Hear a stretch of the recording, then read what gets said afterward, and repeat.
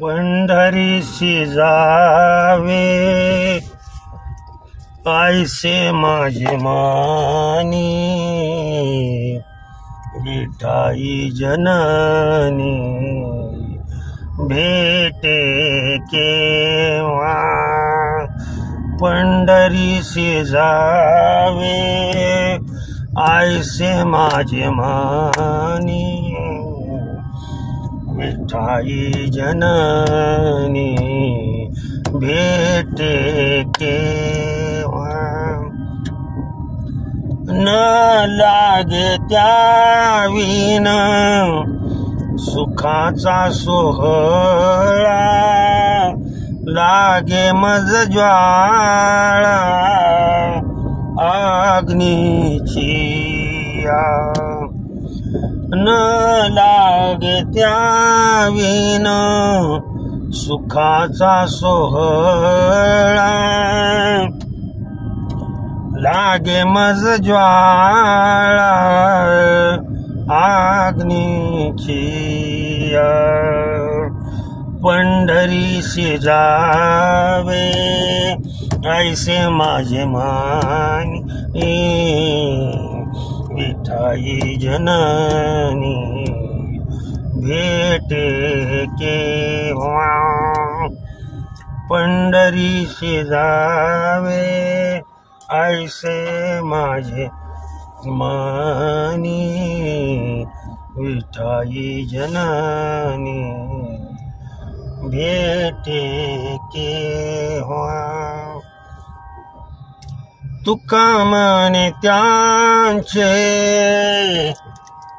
पाहिलिया पाय,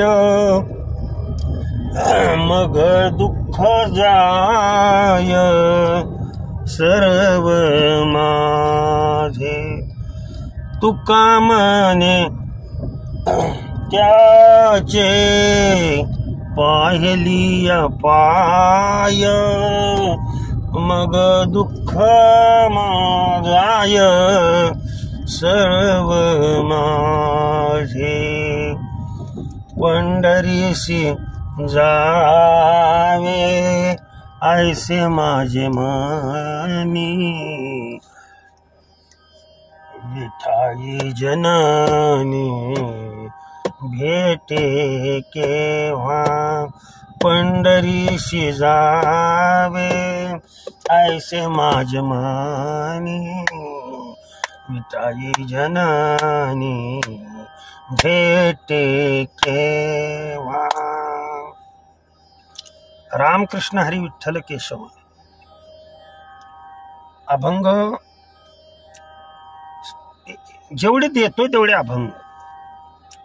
जगद्गुरु तुकोबारायांचा असू द्या, एकनाथ माऊलींचा असू द्या, किंवा ज्ञानेश्वर माऊलींचा असू द्या, निवृत्तीनाथांचा असू द्या, किंवा संत कान्होपात्राचा असू द्या, निळोबारायापर्यंत जेवढे, किंवा संत निळोबारायांचा असू द्या. परंतु काय झाले माहित आहे का, अलीकडे कोण बी उठतंय अभंग रचतंय आणि त्याला शेवटी लावतंय एका जनार्दनी. अहो ह्या गात्यात गवळणी आहेत का? हे गात्यात अभंग आहेत का? कोणी बी भिकार चोटाने उठायचं ना अभंग करायचे, शेवटी लावायचे एका जनार्दनी आणि तुका म्हणे आणि निळा म्हणे. अहो गाता उघडा, गात्यात तो अभंग आहे का बघा.